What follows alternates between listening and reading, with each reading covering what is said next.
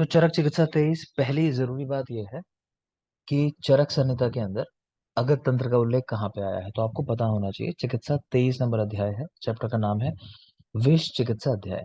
तो यहाँ पे अगत तंत्र का उल्लेख है। सुश्रुत के अंदर पूरा एक पार्ट है डेडिकेटेड इसी चीज को, उसका नाम है कल्प स्थान। तो सुश्रुत कल्प के अंदर पूरे में विष चिकित्सा का उल्लेख मिलता है।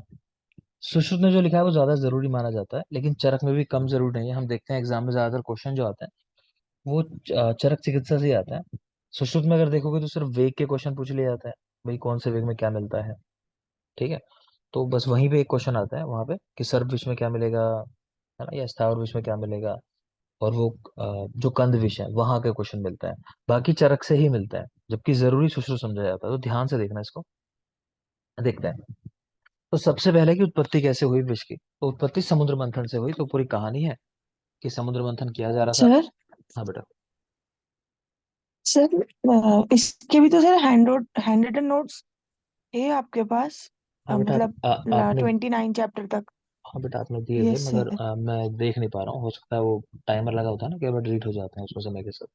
तो हो सर मैं सकता है। रीसेंड कर दूंगी आपको। ठीक है बेटा, हाँ प्रेजेंट। Sir resend. ठीक है बेटा। तो चलो देखते हैं। तो चैप्टर 23, तो सबसे पहले कि अब विश्व की उत्पत्ति कैसे हुई, तो कह रहे हैं कि समुद्र मंथन से विश्व की उत्पत्ति हुई। ठीक है, तो समुद्र मंथन किया जा रहा था अमृत के लिए, लेकिन अमृत के पहले विष निकला। तो उस विष का पान किया था भगवान शंकर ने, वो पूरी कहानी है। तो ये उत्पत्ति हुई समुद्र मंथन से। विष के कुल 8 वेग चरक में बताए गए हैं। 8 वेग यानी कोई व्यक्ति विष को पीता है तो 8 अलग अलग स्टेजेस उनसे होते हुए जाता है, मतलब लास्ट में उसकी मृत्यु हो जाती है 8वें वेग के बाद। तो ये कहानी है वेग की। 10 गुण है विष के, 10 गुण। अच्छा, ये मैं आपको पढ़ा चुका हूँ कि 8 वेग की चिकित्सा क्या क्या होती है। सार्थक कुछ ध्यान आ रहा है? ये पढ़ाया है मैंने, याद आया मुझे भी। हम्म। नहीं पे- सर। बेटा पढ़ाया है मैंने। चलो जिसको पूछूं, उसका नहीं तुमने बोलोगे अभी। मनीषा।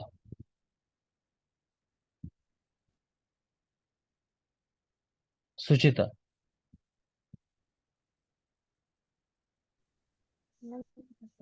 नहीं याद आ रहा। अच्छा, किसी को याद है कहाँ पढ़ाया है? बाकी लोगों में किसी को याद है? सर गाइड में सर पढ़ाया गाइड है। में पढ़ाया है। चलो तो अब बता दो, एक ट्रिक बताई थी वहां पे, क्या बताई थी विश्व वेग की चिकित्सा याद करने के लिए? कौन बताया? कोई बोल सकता है जिसको याद है। बीवी क्षार एवं कपित्त काका की संज्ञा स्थापन के लिए बीवी क्षार एवं कपित्त से काका के संज्ञा स्थापन के लिए विपरीत विष का पान करती है, विष का पान करती है, ऐसा करके हमने याद किया था।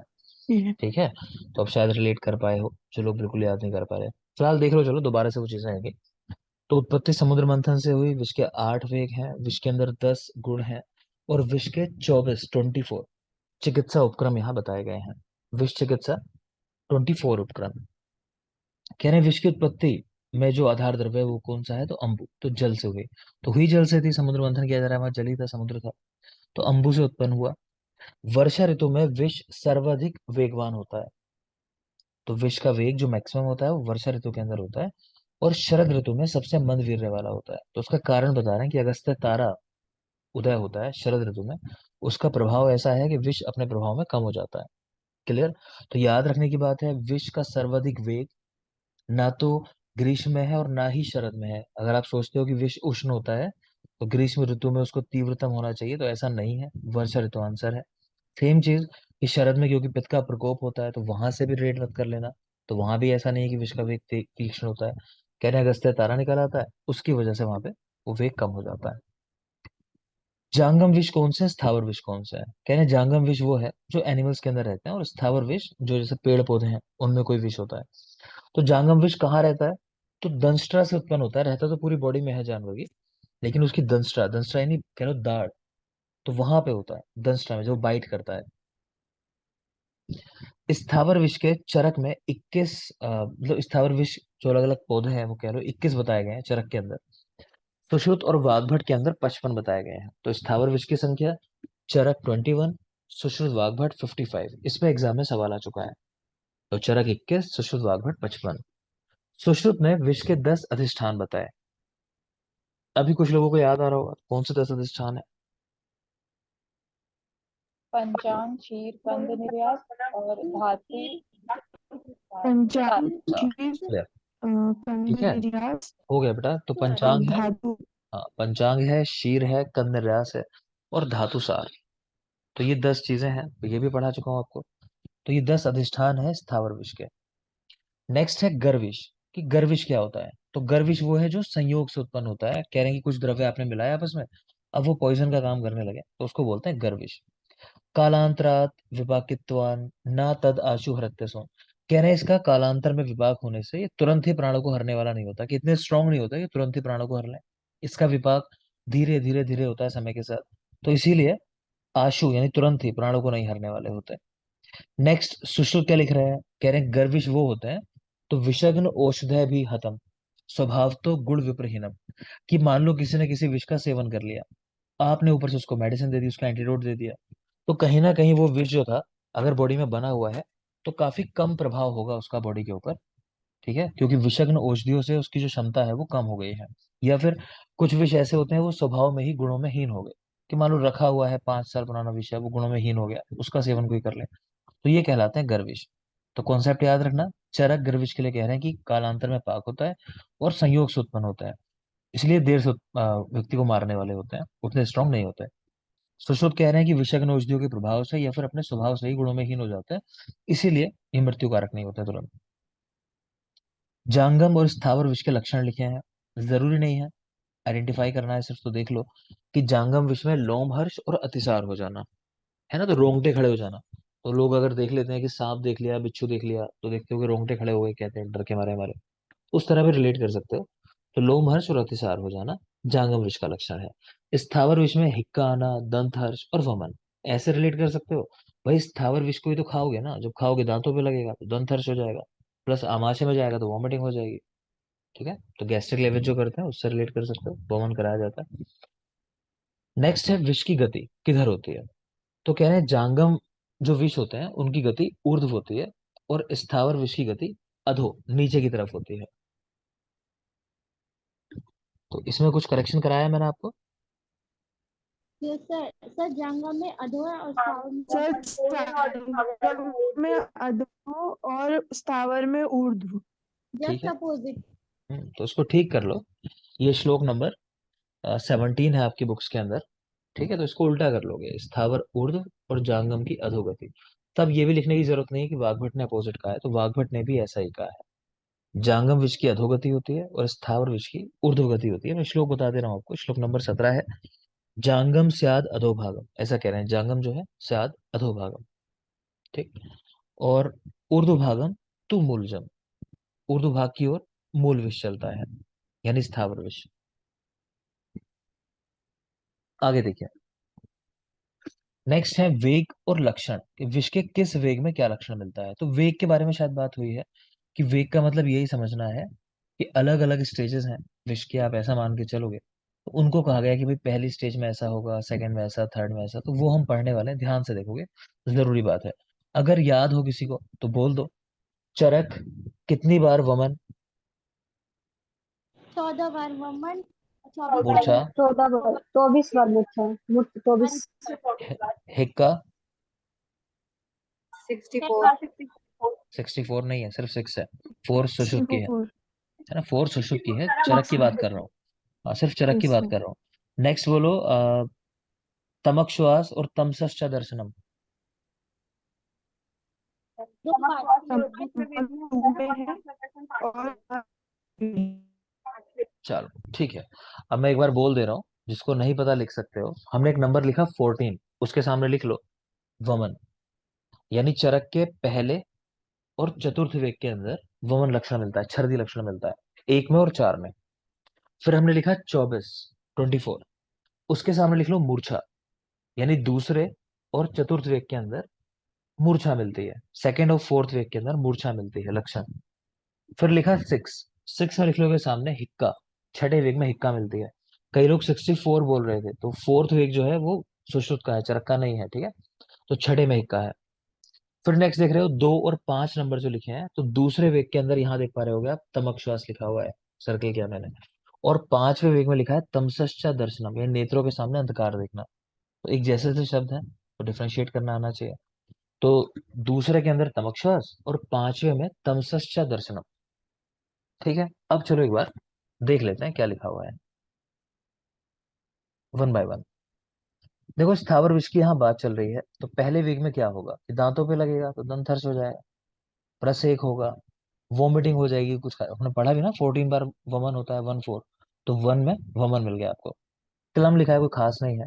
यहाँ देखोगे रस धातु की विकृति, तो चलो इसी को देख लेते हैं। पहले वेग में रस धातु की विकृति, दूसरे वेग में रक्त धातु की विकृति, तीसरे में मांस की विकृति है। तो क्रमशः है रस, रक्त और मांस पहले, दूसरे और तीसरे वेग के अंदर, ये बात याद रखोगे। पहले में आपने देख लिया विष को तुरंत खाया है तो दांतों पे लगा, दंत हर्ष हो गया, या वमथु वोमिटिंग हो गई तुरंत कुछ खाते के साथ, तो उनको भी याद रख लेना। नेक्स्ट है सेकंड वेग, वैवर्ण्य भ्रम वेपथु जृंभा और तमकश्वास। तो आपने अभी पढ़ा कि रक्त धातु की विकृति सेकंड वेग में होती है, और रक्त का संबंध सीधे सीधे कहीं ना कहीं हमारे कलर के साथ होता है। ठीक है, जो लोग एनेमिक होते हैं उनका कलर चेंज हो जाता है, पांडु चैप्टर इसी के ऊपर है पूरा, केत की धूलि से निगम। ठीक है ना। तो रक्त धातु की विकृति हुई तो विवर्णता होने लगी, कलर चेंज हो गया। प्लस देखा होगा जो लोग एनेमिक होते हैं कि चक्कर खा के गिर गए, है ना? तभी पता चलता है कि अच्छा क्या हुआ, चक्कर क्यों आ रहा है इनको, इतना भ्रम क्यों हो रहा है इनको बार बार, मान लो। तो रक्त की कमी होती है तब ऐसा होता है। वेपथू, तो कई लोग रक्त को देख के कांपने लगते हैं, कहते हैं ना युद्ध क्षेत्र में जैसे ही उसने देखा दुश्मन का रक्त तो वो डर के भाग गया वहां से, उस तरह भी याद रख सकते हो। तो रक्त के साथ ही वेपथू आती है, यानी कंपन होना। बाकी जरम्बा है, वो देखना चाहो देख लो। और एक देख पा रहे हो तमक श्वास, ये आपको ऑलरेडी बता दिया, सेकंड वेग के अंदर है, सांस चढ़ने लगा ऐसा कह लो, कि रक्त की कमी से डिस्निया भी होता है। ठीक है। नेक्स्ट है थर्ड वेग, तो मंडल, कंडू, शोथ और कोट, तो ये डिजीज उत्पन्न होते हैं, है ना। मंडल कुष्ठ है, कंडू इचिंग यानी कोट हो जाना, तो अगेन स्किन डिसऑर्डर है, और शोथ हो जाना, प्लस मांस धातु की दृष्टि। तो याद रख लोगे सीधा कि तीसरे वाले के अंदर स्किन डिसऑर्डर्स होते हैं और मांस धातु की दृष्टि होती है, तो याद रह जाएगा। फोर्थ वेग पे आ जाओ तो वात आदि दोष कुपित हो जाता है। तो पूछे आपसे किस वेग में वात आदि दोष कुपित, वात आदि यानी अन्य दोषों की बात भी कर रहे हैं, कि दोष की दृष्टि होगी मान लो, तो फोर्थ वेग में वात आदि कुपित हो जाते हैं। छर्दी, मूर्छा ये भी होते हैं। तो आपने पढ़ा 14 में छर्दी और 24 में मूर्छा। ठीक है, यहाँ सेकंड में भले ही मूर्छा शायद लिखा नहीं है, तो आप चाहो तो लिख भी सकते हो मूर्छा यहाँ पे भी। ठीक है, यहाँ फोर्थ में देख पा रहे हो तो छर्दी और मूर्छा तो लिखे हैं। तो हमने पढ़ा कि 14 में छर्दी और 24 में मूर्छा, तो समझ गए होगे। तो ये मिलेंगे मिलेंगे, रटने की जरूरत ही नहीं है। पांचवें वेग में आ जाओ तो कह रहे हैं दिशाओं को नील आदि देखता हुआ, अलग अलग कलर का देखता हुआ अंधकार में डूब जाता है, मतलब अंधकार देखता है फिर आंखों के सामने। पढ़ चुके हैं हम लोग सेकंड में तमक्षवास और पांचवें में तमसश्च दर्शनम। छठे में हिक्का, ये भी हमने याद कर लिया। सातवें में स्कंद भंग हो जाता है, यानी कंधे जो है कह लो कि वो गिर जाते हैं नीचे की तरफ, ये थका हुआ व्यक्ति जैसे होता है। तो स्कंद भंग सातवें वेग के अंदर, और आठवें में हो रही है मृत्यु, एट वेग मृत्यु। तो याद कर लेंगे इसको आप। आगे देख रहे हो पशुओं के 4 पैर होते हैं, तो उसी तरह याद रख लो कि पशुओं में 4 वेग होते हैं, पशुओं में 4 वेग। सुश्रुत ने भी 4 ही वेग बताए, सामने लिखे हुए हैं। तो देख पा रहे हो सीध्यति, भ्रमति, दूसरे में वेपते, तीसरे में शून्य हो जाते हैं, और फोर्थ में मृत्यु हो जाती है। तो पूछा नहीं जाता कहीं, बस इतना ही पूछता है कि पशुओं में कितने वेग होते हैं, पक्षियों में कितने वेग होते हैं। इसके अलावा किस वेग में पशु जो है अपने दांतों को खाने लगता है। तो खादान दंतान, ये जो देख पा रहे हो, इस पे सवाल आ चुका है एक बार, तो इन्हीं पे फोकस करेंगे मेनली। तो पहले चरक में देखो आप, पहले वेग में कह रहे हैं भ्रम हो रहा है, थोड़ा सा खाया तो थोड़ा सा भ्रमित हो गया जानवर। सेकंड वेग में कांपने लगा, बस चीज बढ़ती जा रही है। तीसरे में शून्य हो गया, एक्टिविटी शून्य हो गई बिल्कुल, है ना। और फोर्थ के अंदर मृत्यु हो जाती है, फोर्थ वेग के अंदर मृत्यु। सुश्रुत कि पहले में शून आंग और दुखिता, के अंगों पे स्वेलिंग आ गई है, दुखी है। दूसरे में फिर लाला श्राव, अंग कृष्ण पड़ने लगे।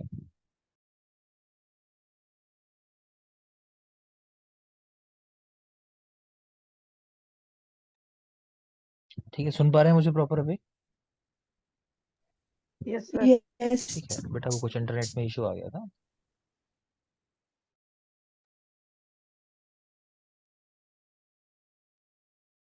हम्म। तो हम लोग बात कर रहे थे सुश्रुत के जो वेग हैं, तो पहले वेग में देख पा रहे हो शूनांगा और दुखितम, फिर लाला श्राव, कृष्ण अंग, पीड्यते हृदयम च, हृदय में पीड़ा हो रही है। तीसरे वेग में शिरो दुखम, कंठ ग्रीवाम च भज्यते। फोर्थ वेग में वेपते, कांपने लगता है। खादन दंतान, दांतों को खाना, दांतों को खाने से मतलब है दांत कटकटाना, जो लोग दांत आपस में कटकट की आवाज करते हैं ना छोटे बच्चे, जैसे कई बार कृमि हो जाते हैं तब। और फोर्थ में लिखा है फिर जहाते सोन, यानी कि मृत्यु हो जाती है। तो याद यही रखना है कि चार वेग हैं, और सुश्रुत के अनुसार चतुर्थ वेग के अंदर पशु अपने दांतों को खाने लगता है, मतलब खादन दंतान, वो चीज याद रखनी है। नेक्स्ट आ जाओगे पक्षियों में। तो पक्षियों में तीन वेग हैं। पहले वेग में ध्यायति, दूसरे में भ्रम्यति, तीसरे में श्रस्त अंगस्चा। कि पहले में ध्यायित होते हैं, मतलब इधर उधर भागना, ऐसा कह लो, परेशान हो गए। फिर दूसरे में भ्रम की स्थिति में रहते हैं, और तीसरे में उनके अंग श्रस्त हो जाते हैं, मतलब कि कुछ नहीं कर पा रहे। तो हम इसको धभस्त्र करके याद कर लेते थे, कभी क्वेश्चन तो नहीं आया, सबका पहला पहला लेटर उठाया, तो धभस्त्र करके हम इसको याद कर लिया करते थे। आप चाहो तो ऐसे याद कर सकते हो, याद रह जाता है। कभी पूछ लो पक्षियों में क्या होता है। तो ध्यायति, भ्रम्यति और श्रस्तंगस्चा। नेक्स्ट है विष के गुण और उनका प्रभाव। तो पहले वो जो सबसे जरूरी है, देखेंगे एक सवाल पूछा जाता है जो सबसे जरूरी है यहाँ, कि विष अपने किस गुण के कारण चिकित्सा करने में मुश्किल होता है। तो लघु गुण के कारण, स्पेशली याद रखोगे, विष लघु होता है और इसी गुण से चिकित्सा करने में मुश्किल होता है। बाकी पे सवाल नहीं आते, लेकिन देख लेते हैं चलो। तो रूक्ष गुण से लिखा है वायु को प्रकोपित करता है, रूक्ष होने से वायु को कुपित करता है। अशैत्य होने से, यानी शीतल नहीं है, इस वजह से पित्त को कुपित करता है। सूक्ष्म होने से रक्त को कुपित करता है, सूक्ष्म होने से रक्त को कुपित करता है। अव्यक्त होने से कफ को कुपित करता है और शीघ्र ही अनुवर्तन करता है। अव्यक्त होने से कफ को कुपित करने वाला, और शीघ्र ही शरीर में अनुवर्तन, यानी चला जाएगा जल्दी से बॉडी के अंदर। शीघ्र और व्यवाय गुण होने से व्यापनोति देहम, की शरीर में फैल जाता है। अगला जो जरूरी है सेकंड, पहला आपको बताया दुरुपक्रम, लघु गुण होने से।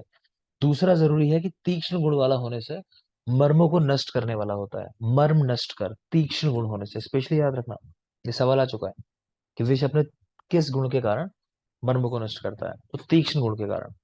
तीसरा जरूरी पॉइंट है कि विकासी होने से प्राणघ्न होता है, प्राणों को हरने वाला, विकासी गुण प्राणघ्न। यही चाहो तो सामने लिख लो, सुश्रुत लिखो आशुकारी होने से, जो प्राणों को हरने वाला है। सुश्रुत ने कहा है कि आशुकारी होने से प्राणों को हरने वाला है, यानी कि चरक को विकास मार रहा है, सुश्रुत को आशु मार रही है, हम ऐसे याद रखते हैं। ठीक है। फिर एक लिखा है विशद गुण होने से गतिमान होता है, मतलब बॉडी में चलने वाला, कि रुकता नहीं है किस स्थान पे, तो विशद होने से गतिमान। नेक्स्ट देखेंगे दूषी विष लक्षण। दूषी विष के क्या लक्षण होते हैं, बहुत बहुत जरूरी पार्ट है ये। तो रक्तम दुष्टि, क्या रक्त की दुष्टि होती है इसमें, दूषी विष में। कीटिव कोट, ये रोग उत्पन्न हो जाते हैं बेटा, बहुत जरूरी है, मैं फिर कह रहा हूँ याद रख लेना इसको, ये श्लोक नंबर 31 है आपकी बुक्स के अंदर। तो रक्त की दुष्टि होती है, उसकी वजह से स्किन डिसऑर्डर होने लगे, कीटिव और कोट रोग जो है ये उत्पन्न हो जाता है। विषम एक एक दोषम संदुष्य हरत्य शूनम एवचा, कह रहे हैं विष जो है वात आदि एक एक दोषों को कुपित करके प्राणों को जल्दी ही नष्ट कर देता है। ठीक, तो एक किटिव कोट स्पेशली याद रखना, ये सवाल पूछ चुका है कि इनमें से कौन सा लक्षण है दूसरी विष का। तो कीटिव और कोट, ये स्किन डिसऑर्डर उत्पन्न करना। सर सुश्रुत, हाँ बेटा। सर मेरा नेटवर्क चला गया था सर, ये इतना छोड़ दिया पीछे का तो। सर मेरे से, मेरा भी। अच्छा ठीक है, नेटवर्क मेरा भी चला गया था, तो पता नहीं कुछ हुआ हो तो मैं कह नहीं सकता। मेरे से रिकॉर्डिंग ले लेना, आप परेशान मत हो, उसकी रिकॉर्डिंग सेकंड पार्ट की रिकॉर्डिंग मांग लेना, ठीक है। सर ये थोड़ा सा ही छूटा है बस, ये इस वाले पेज का। चलो मैं जल्दी से बता देता हूँ जो जरूरी है। मैंने आपको बताया पशुओं में चार वेग होते हैं। सुश्रुत ने लिखा है फोर्थ वेग के अंदर कि दांतों को खाता है जानवर अपने, खादन दंतान, इसका मतलब है दांतों को खाने का, कि अपने दांत कटकटाता है। क्लियर। पक्षियों में तीन वेग हैं, उसके लिए ट्रिक बताई, सबका पहला पहला लेटर उठा लिया। ध्यायति, भ्राम्यति, श्रस्तंगस, तीनों का पहला पहला लेटर। तो धभस्त्र करके एक वर्ड हमने याद कर लिया, उसे याद रह जाएगा कभी आ जाए एग्जाम में तो ध्यायति, भ्राम्यति और श्रस्त अंग वाला हो जाता है। नेक्स्ट है विष के गुण और प्रभाव। इसमें आपको तीन चीजें मैंने जरूरी बताई तो आपको याद रखनी है। पहला है कि विष लघु गुण वाला होने से दुरुपक्रम साध्य है, यानी मुश्किल से ट्रीटमेंट हो पाता है, क्योंकि विष लघु गुण वाला होता है। दूसरा बताया कि तीक्ष्ण होने से मर्मों को नष्ट करता है, तीक्ष्ण होने से मर्मों को नष्ट करता है। और तीसरा है कि विकासी होने से प्राणों को हरने वाला है, प्राणघ्न, विकासी होने से। और यही बताया कि सुश्रुत में जो लिखा हुआ है ना प्राणों को हरने वाला, वो लिखा है आशु गुण के लिए, तो आशु गुण की वजह से प्राणों को हरता है। तो हम ऐसे याद रखते हैं कि चरक को विकास मारता है और सुश्रुत को आशु मारती है। ठीक है, बाकी जो लिखे हैं पढ़ लेना, मैंने कहा कि याद करने की जरूरत नहीं है। चाहो तो चलो एक और कर लो कि अव्यक्त होने से कफ को बढ़ाने वाला है, अव्यक्त गुण होता है, और ये गुण जरूरी है क्योंकि चरक ने दिया है अव्यक्त गुण, हम आगे बात करेंगे। ठीक है, तो अव्यक्त गुण चरक का है और इस गुण से कफ को कुपित करने वाला है। अब नेक्स्ट देख लोगे दूषी विष के लक्षण, श्लोक नंबर 30 आपकी बुक्स के अंदर 31।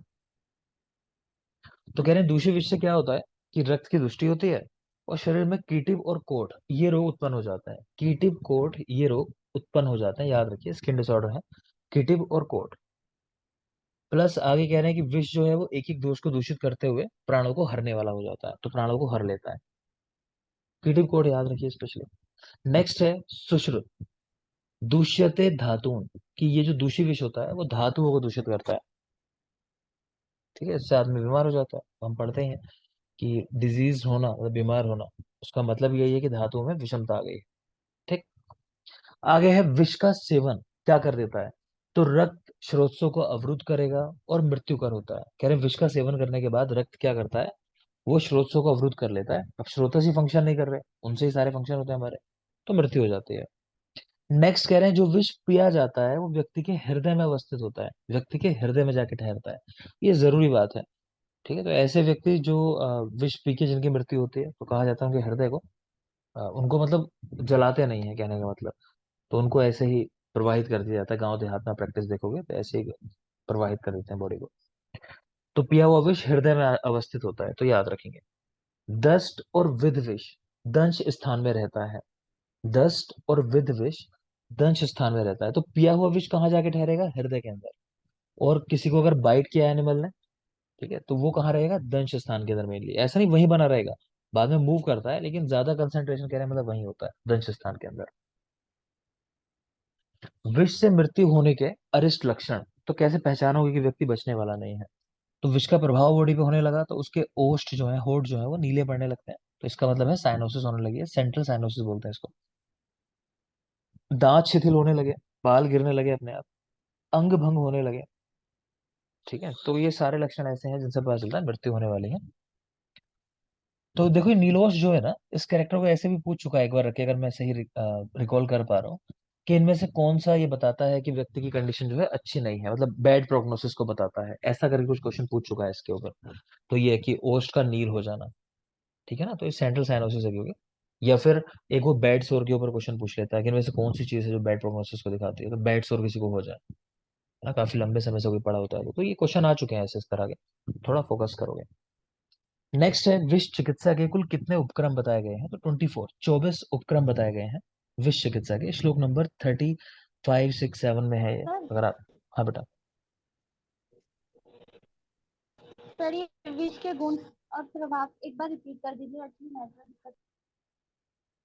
विष के गुण नहीं है अच्छा बेटा, वो तो अभी मैंने दोबारा पढ़ा, लक्ष्मी पूछ रही है बेटा वो जो पीछे गुण पढ़ा है विष के, हाँ जी सर, वो नेटवर्क दिक्कत है। सर आज क्या, बाद में बता दीजिएगा नहीं मैं अभी बता देता हूँ, चलो कोई बात नहीं, एक बार बता, एक बार वो बता देता है, फिर वही बता देता हूँ।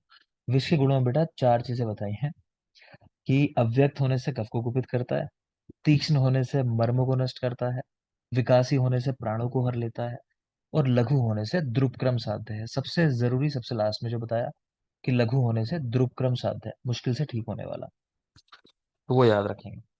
ठीक है, बाकी और कुछ खास इसमें नहीं बताया मैंने, सिर्फ देख लेना एक बार। एक बताया दूषित विष के लक्षणों में कि कीटिव कोट ये लक्षण मिलते हैं, इसको स्पेशली याद कर लेना, और रक्त की दुष्टि होती है। विष जो सेवन करता है उसके हृदय में रहता है, पिया हुआ विष हृदय में जाकर रुकता है, और अगर कोई एनिमल बाइट होता है तो जहां वो बाइट करेगा तो वहीं पे विष रहेगा। अब अगली बात कर रहे थे कि विष से मृत्यु होने का रिस्क लक्षण, तो उसमें एक आया नीलोष्ट, तो मैंने बताया कि नीलोष्ट होना या फिर बैड सोर हो जाना, ये किसी डिजीज की बैड प्रोग्नोसिस को बताता है कि ठीक नहीं होगा शायद वो, ठीक है, ये मुश्किल से ठीक होने वाला है। आगे है विष की चिकित्सा में कुल 24 चिकित्सा उपक्रम बताए गए हैं, 24 चिकित्साएं बताई गई हैं। तो श्लोक अगर आप देखोगे, श्लोक नंबर 35, 36, 37 इन श्लोक में बताया हुआ है। तो यहाँ पे अगर आप श्लोक को मैं पढ़ दूं थोड़ा सा, तो लिखा है मंत्र अरिष्टा उत्कर्तन, निष्पीडन, आचूषण, अग्नि, परिषेक। देखो आपका मन है, अगर आपके पास समय है तो पूरा श्लोक भी याद कर सकते हो, है ना, अच्छा श्लोक है, जरूरी श्लोक है। मान लो कभी पूछ ले कि इनमें से कौन सा चिकित्सा उपक्रम नहीं है विष की चिकित्सा में, तो ऐसा सवाल बन सकता है।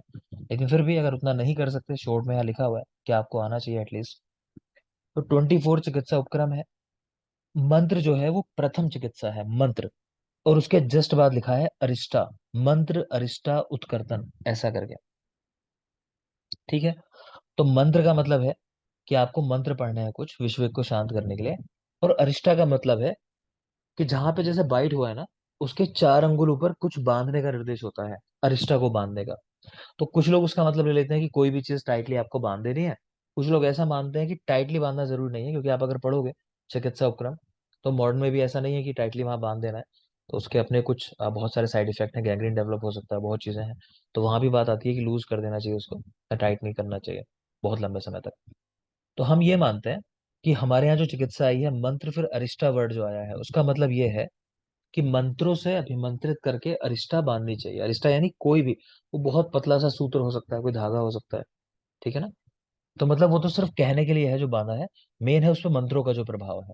तो सवाल ऐसा पूछ चुका है कि अरिष्टा बंधन जो है किस तरह की चिकित्सा है, तो ये मंत्र चिकित्सा है। आप ये भी याद रखना। तो यहाँ पे लिख लो, फर्स्ट मंत्र और सेकंड अरिष्टा, ऐसा करके पहले तो लिख लो।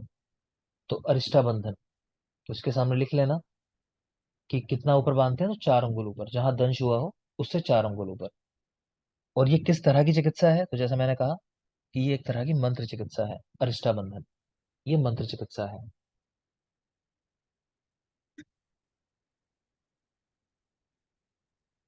आगे देखिए, कह रहे हैं मृत संजीवन वो अंतिम उपक्रम है। सोचो मृत को भी जिंदा कर लिया, तो उतना आप उस लेवल तक जा रहे हो, तो चिकित्सा भी उतनी टफ होगी कुछ। तो कह रहे हैं वो सबसे लास्ट है, तो लास्ट में लिखा है मृत संजीवनम एवचा। ठीक है, तो वो भी याद रखोगे, लास्ट उपक्रम 24। प्लस इन सारे चिकित्सा उपक्रमों में जो क्वेश्चन आ चुका है इसी तरीके से कि नाम दिए रख के पूछा कि भाई कौन सा इनमें से नहीं आता। तो कवल और बस्ती का ऐसा क्वेश्चन पूछ चुका होगा कि ये क्वेश्चन में कवल रख के पूछ लिया कि इनमें से कौन सा नहीं है, एक में बस्ती रख के पूछ लिया, तो वो याद रखोगे फिलहाल क्योंकि क्वेश्चन आ चुके हैं। ये कवल और बस्ती का उल्लेख नहीं है 24 चिकित्सा उपक्रमों में। नेक्स्ट आ जाओ, वेणी का बंधन या वही अरिष्टा बंधन। तो कह रहे हैं दंश विष में इसको बांधा जाता है। ठीक है। कह रहे हैं क्या कर रहे हैं, एक तो जो आटा और धूली मुख में भरकर दंश स्थान चूसने की बात आई है कि जहां बाइट हुआ है, तो पहले अपने मुख को सेव कर लो कि कोई इंजरी वगैरह ना हो। तो सेफ्टी के लिए फिर भी जो का आटा भर लिया मुंह के अंदर या धूली भर ली, और फिर उसको चूसना है। वाग्भट ने कहा कि विष 100 मात्रा तक तो दंश स्थान में रहता है, उसके बाद बॉडी में चला जाता है।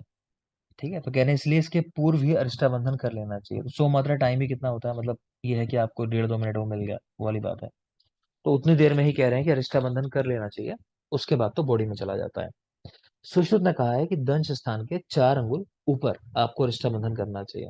दंश स्थान के 4 अंगुल ऊपर अरिष्टा बंधन करें। नेक्स्ट है रक्त मोक्षण कराना चाहिए। त्रिकटवादी चूर्ण से प्रघर्षण करना चाहिए उस स्थान पे। वट आदि श्री वृक्षों का लेप लगाना चाहिए। रक्तम ही विष आधानम, बिल्कुल याद रखना, रक्त को ही विष का आधान कहा गया। मतलब कि शरीर में जब विष जाता है धातुओं के अंदर, तो मेन धातु कौन सी है जिसके लिए विष की एफिनिटी है सबसे ज्यादा, तो वो है रक्त। याद रखना, इसीलिए विष चिकित्सा में रक्त मोक्षण का इतना इंपॉर्टेंस है, क्योंकि रक्त में ही सारा विष जाता है मेनली। ठीक है, रक्तम ही विषाधानम। नेक्स्ट है उपद्रवों की चिकित्सा। तो मद मूर्छा विषाद हृदय आदि उपद्रव की चिकित्सा कैसे करते हैं, शीतल क्रियाएं करनी चाहिए, शीतल पंखे से। लोम हर्ष होने तक हवा करें, जब तक रोंगटे खड़े ना होने लगे, यानी व्यक्ति को जब तक ठंड लगनी शुरू ना हो जाए, तो कह रहे हैं तब तक हवा करनी चाहिए। और लिखिए चिकित्साएं कि त्वचा मांस इन स्थानों पर विष चला जाए, तो दहन कर्म कराना चाहिए त्वचा में, और मांसगत विष के अंदर दहन कर्म, और रक्तगत विष के अंदर रक्त विसरावण, तो वो जानते ही हो। शिवांगी, ज्वर में कब कराते हैं रक्त मोक्षण? सर जब धातुओं धातु सिराओं में पहुंच जाती है, जब कोई भी और पर काम करता है, जब सिराओं में पहुंच जाता है। और कोई यही शब्द है? शाखानुगत। शाखाश ठीक है। शाखाश। ठीक है, तो शब्द है शाखानुगत, मतलब वही है धातुओं से ही। सर मुझे स्क्रीन नहीं दिख रही। स्क्रीन नहीं दिख रही है, आज थोड़ा नेट में इशू है, मुझे लगता है सभी की साइड थोड़ा इशू चल रहा है क्या आज नेट में। कभी होता नहीं है ऐसा। सर मुझे लग रहा यस है सर, जूम का बार कुछ इशू बार है क्या? डिस्कनेक्ट हो रहा है और क्लियर भी नहीं आ रहा है। हाँ, हो सकता है कि जूम की साइड से दिक्कत कुछ हो सही। रही हो आज, है ना। कभी होता नहीं है क्योंकि रेयरली होने वाली चीज़ है आज ही। एक बार मुझे लगता है 1.5-2 साल पहले हम लोग पढ़ रहे थे, कोई पढ़ रहा हो उस समय, तो तब और हुआ था 1-2 दिन लगातार कुछ जूम में इशू। तो हो सकता है बेटा, कह नहीं सकता। अगर किसी को दिक्कत है मेरे से, वही है, लेक्चर ले लेना। रिकॉर्डिंग चल रही है। पहले लेक्चर की नहीं है, फर्स्ट वाला नहीं हो पाया था रिकॉर्ड, आज ध्यान नहीं दिया मैंने। लेकिन सेकंड चल रहा है, रिकॉर्डिंग हो रही है, मैं आपको दे दूंगा। एक मैसेज छोड़ देंगे सिर्फ, ठीक है। आगे देखिए। तो त्वचा मांसगत विष के अंदर दहन कर्म कराना चाहिए, दहन कर्म। और रक्तगत विष में रक्त विश्रावण कराना चाहिए। परेशान नहीं हो, लास्ट ही पढ़ा रहा हूँ बस ये। और ये ऑलरेडी डिस्कस हो चुका है हमारा, तो मैं एक बार फिर से इसे पढ़ा रहा हूँ। चिकित्सा क्या है देख लोगे अभी, जो मैं आपसे ट्रिक्स की बात कर रहा था। तो अब याद करो, बीवी, मैंने आपको ट्रिक लिखवाई थी, बीवी यानी वमन और विरेचन, पहले और दूसरे वेग के अंदर, ठीक है। बीवी शार अगध से, शार अगध एवं कपित से, ऐसा। बीवी शार अगध एवं कपित से काका के यानी काकांड संज्ञा स्थापन के लिए, संज्ञा स्थापन, विष का पान, विष का पान करती है। तो विष का पान यानी विषपान, और पान से मतलब पलाश भी कर सकते हो, करती है, ठीक है। तो बाकी इनके साथ में क्या चीज जुड़ी हुई है वो देख लेते हैं। तो पहले वेग में कह रहे हैं वमन, दूसरे में विरेचन, तो बीवी, ठीक है। और कह रहे हैं हृदय की रक्षा करने की बात भी हुई है वहां पे। थर्ड में देखोगे, शोफर लेखन गुणों से युक्त क्षार अगध का प्रयोग मधु और जल के साथ, मधु सर्पी नहीं है, मधु और जल के साथ शोफर और लेखन गुणों से युक्त क्षार अगध का प्रयोग। क्षार अगध हम लोग मान लेते हैं कि एंटीडोट की बात की जा रही है जब इस तरह का शब्द आता है। तो कैसा एंटीडोट देना है, जो शोफ को हरने वाले गुणों से युक्त हो और लेखन गुणों से युक्त हो। उसका प्रयोग मधु और जल के साथ, पूरा याद रखना, इन पे सवाल हैं, गाइड्स वगैरह बनाए हुए। किसके साथ सेवन करते हैं या क्या गुणों से युक्त होना चाहिए, ठीक है। तो शोफर और लेखन गुणों से युक्त। फोर्थ वेग के अंदर गोमय और कपित का प्रयोग बता रहे हैं, गोमय और कपित का प्रयोग किसके साथ। अब है मधु सर्पी, पिछले वेग में था मधु और जल, फोर्थ में मधु के साथ सर्पी है। भूल जाओ तो वही ट्रिक है अपनी कि स्नेह चार होते हैं, तो फोर्थ वेग के अंदर ही स्नेह की बात आई है, तो मधु के साथ सर्पी फोर्थ वेग में है, गोमय और कपित। फिफ्थ वेग में काकांड की बात की हमने, तो हम यहाँ पे एक अलग ट्रिक याद रखते हैं कि काका के सिर की आन, ना, काका के सिर की आन रखनी है। तो काका यानी काकांड, सिर यानी शीरीष, और आन यानी आश्चोतन, अंजन और नस्य। तो काका के सिर की आन, आश्चोतन, अंजन और नस्य। नेक्स्ट है छठा वेग। छठे वेग में संज्ञा स्थापन, सिक्स्थ वेग, संज्ञा स्थापन। तो इसमें कह रहे हैं यहाँ पे गोपित, रजनी, मंजिष्ठा, मरीच, पिपली, इन द्रव्यों का प्रयोग कराते हैं। तो छठे वेग में संज्ञा स्थापन कराने की बात आई है। गोपित, रजनी, मंजिष्ठा, मरीच और पिपली, इन द्रव्यों के प्रयोग की बात आई है, तो ये भी याद रखेंगे। छठा वेग। सातवां और अंतिम वेग, इन्होंने अंतिम वेग लिख दिया है, इसको है 8 वेग, लेकिन आप थ्योरी पढ़ोगे तो वहाँ इन्होंने इसी को अंतिम वेग करके लिख दिया है। तो सातवें वेग में विषपान कराते हैं। उनका मतलब ये होगा कि वो आखिरी वेग जहाँ पे व्यक्ति आपको लग रहा है कि हाँ जीवित है, कहने का मतलब है। ये इसके बाद तो क्योंकि मृत संजीवन की बात की है लास्ट में आके उन्होंने, तो सातवें वेग में विषपान कराते हैं। तो विषपान का लॉजिक ये है कि अगर स्थावर विष का प्रभाव है बॉडी के ऊपर तो जांगम विष प्रयोग कराया जाता है, और जांगम विष का प्रयोग कर रखा है तो स्थावर विष का प्रयोग कराते हैं, यानी कि एंटी विष देते हैं। क्लियर। तो सातवें वेग में विषपान कराने की बात आई है। और लास्ट यानी आठवां वेग, वहां शिखी पित्त, पलाश बीज, फाणित, धूम और गाय का पित्त, इन सब की बात आई है। शिखी और गो दोनों का पित्त, पलाश बीज, फाणित और धूम, इन सब की बात आई है। फिर बोल रहा हूँ, पहले में वमन, दूसरे में विरेचन, तो बीवी, ठीक है। शार अगध और कपित से, तो शार अगध शोफर और लेखन गुणों से युक्त शार अगध, मधु और जल के साथ। कपित, तो गोमय और कपित मधु सर्पी के साथ, फोर्थ वेग के अंदर गोमय और कपित मधु सर्पी के साथ। पांचवे में काका के सिर की आन, तो काकांड शीरीष और आन यानी अंजन, आश्चोतन और नस्य। छठे में संज्ञा स्थापन कराते हैं, कैसे द्रव्यों से, जो तीक्ष्ण द्रव्य होते हैं। संज्ञा स्थापन यानी वापस होश में लेके आना, व्यक्ति बेहोश हो गया। तो गाय का पित्त इस्तेमाल यहाँ भी हुआ है छठे वेग में, आठवें में भी देख पा रहे हो अभी चल गया। तो गोपित, रजनी, मंजिष्ठा, मरीच, पिपली, इनका प्रयोग। सातवें में विषपान, और आठवें में शिखिपित, गोपित, पलाश बीज, फाणित और धूम का प्रयोग कराते हैं। सर एक बार कोड को फिर बोलना, क्या लिखा था? बीबी, बीवी, लिख लो बीवी, शारगत बीबी एवं शारगत, क्योंकि लिखे हाँ ये लिखे हुए जो यहाँ पे शारगत एवं कपित से, एवं कपित। या शारगत एवं कपित, ठीक है, शारगत एवं कपित से काका के, काका के संज्ञा स्थापन के लिए, बीवी शारगत एवं कपित से काका के संज्ञा स्थापन के लिए विष का पान करती है। मतलब कि बीवी जो है विष को पी जा रही है इसलिए कि काका को बचा ले, काका होश में आ जाए, संज्ञा स्थापन हो जाए। तो बीवी शारगत एवं कपित से काका के संज्ञा स्थापन के लिए विष का पान करती है। ठीक है, तो टाइम सेशन का मैं देख रहा हूँ फिनिश ही हो रहा है। ब्रेक के बाद क्वेश्चन आंसर सेशन आप करोगे, है ना, करना ही करना है क्योंकि अभी तैयारी इतनी अच्छी है नहीं, क्वेश्चन ड्रॉप कर रहे हो। अब आपके 22 चैप्टर हो गए हैं लेकिन सवाल जो करोगे 20 चैप्टर तक ही करोगे। ठीक है, आपके डिस्कशन भी छूटे हुए हैं कुछ टेस्ट के। तो आज नहीं कर रहा, मैं थका हुआ हूँ, प्रोबेबली शायद कल करेंगे या परसों करेंगे। मैं 2 टेस्ट एक साथ ही कर लूंगा कल या परसों के अंदर। ठीक है, आज फिलहाल आप लोग डिस्कशन करोगे क्वेश्चंस का। तो सुशर्मा कराएंगे, कराएंगे आप, सुशर्मा करा लोगे ना? Yes sir. ठीक है, तो सुशर्मा कराएंगे आज का सेशन। आज के लिए फिलहाल इतना ही। और मैं आपको पीडीएफ भेज दूंगा बेटा, किसी और के पास होगा लास्ट टाइम वाली प्रिपेयर्ड तो भेज देना, ग्रुप में डाल दो, थोड़ी देर देखता हूँ मैं। नहीं डालोगे आप तो मैं फिर सर्च करके डाल देता हूँ। ठीक है, थैंक यू।